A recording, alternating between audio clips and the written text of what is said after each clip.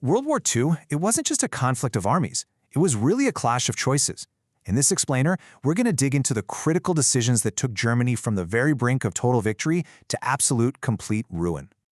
So, the big question is, right?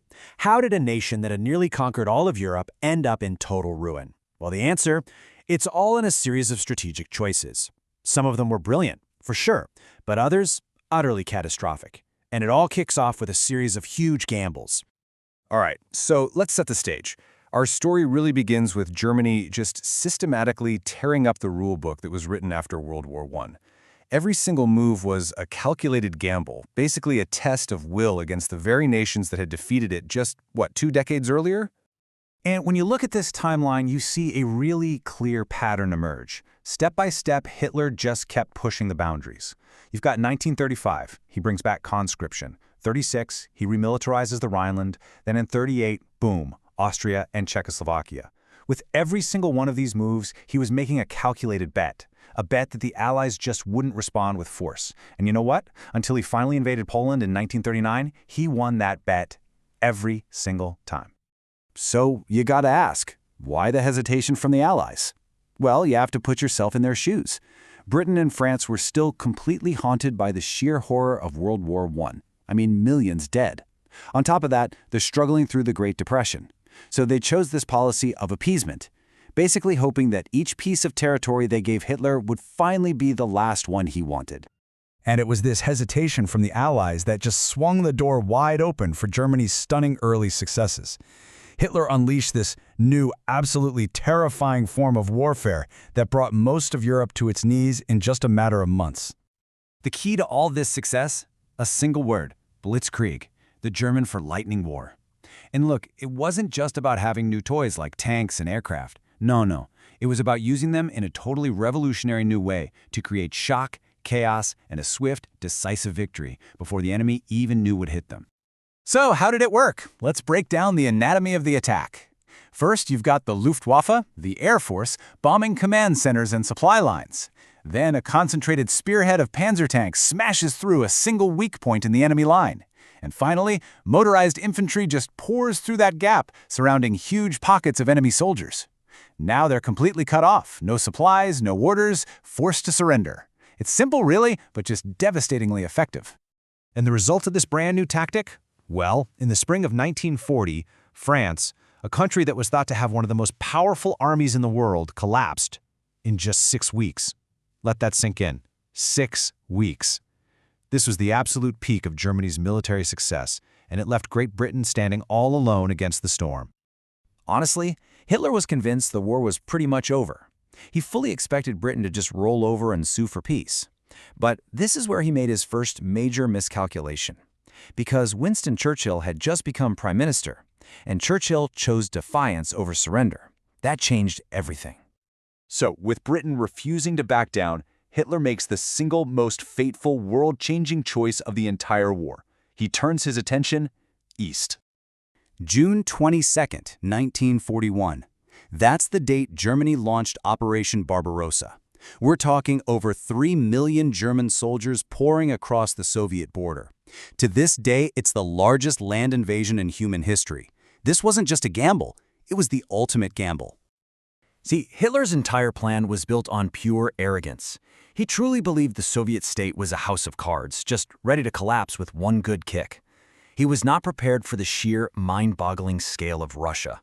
He wasn't prepared for the infamous Rasputitsa, the seasonal mud that would literally swallow his tanks whole.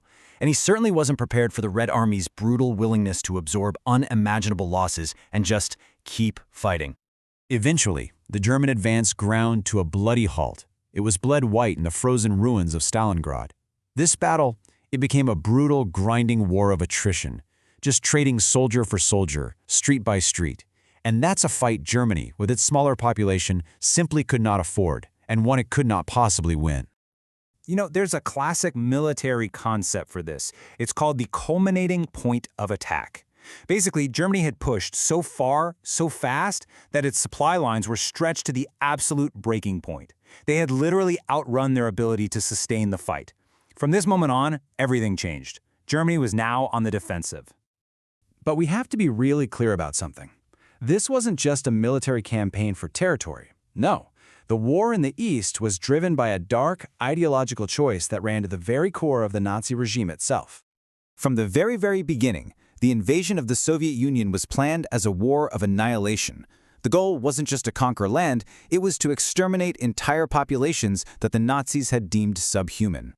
And following directly behind the advancing army were units called the Einsatzgruppen. Now, these were not regular soldiers. They were mobile SS death squads. Their specific mission was to round up and systematically murder Jewish people, communist officials, and really anyone else considered an enemy of the Reich. Then, by 1942, this brutal process was industrialized. At the Wannsee Conference, held in a quiet suburb of Berlin, top Nazi officials met to coordinate what they called the final solution. They made the horrific choice to turn mass murder into a bureaucratic, state-run enterprise. Complete with timetables and transport logistics, like they were planning a new railway. The result of that bureaucratic choice was the murder of approximately 6 million Jewish men, women, and children. Let's just pause for a moment on that number. 6 million. It's a figure that is still, to this day, almost impossible to truly comprehend. Okay, so while Germany was bleeding out in the East, a final series of choices would come back to seal its fate. It led to the one thing its generals had always feared: a full-scale war on two fronts. Think about this. Just a few days after Japan attacked Pearl Harbor, Hitler makes his final and completely unforced strategic error. He declared war on the United States. It was a choice he did not have to make, and it was a choice that brought the full, awesome industrial power of the arsenal of democracy directly into the war against him in Europe. And this chart, this shows you exactly why that choice was so fatal. The imbalance in industrial output is just staggering. The Allies could simply outproduce the Axis on every single front. They were building more tanks, more planes, and more ships than Germany and its partners could ever hope to destroy. From this point on, the war just became a brutal math problem, one that Germany had no way of solving. So now you have the Red Army relentlessly pushing from the east, and the Western Allies landing in Italy and then France from the west. Germany was well and truly caught in a massive vice. That two-front war it had gambled everything to avoid, it was now a brutal reality, and defeat was absolutely inevitable. So there you have it. From a series of stunningly successful gambles to one catastrophic miscalculation after another, Germany's path was paved with choices. Choices that ultimately sealed its own fate. And that leaves us with one final, thought-provoking question to chew on. What if the Allies had chosen differently early on? Could they have stopped Hitler sooner? Or was this devastating outcome, given all the forces at play, somehow always inevitable? It's something to think about. Thanks for joining me.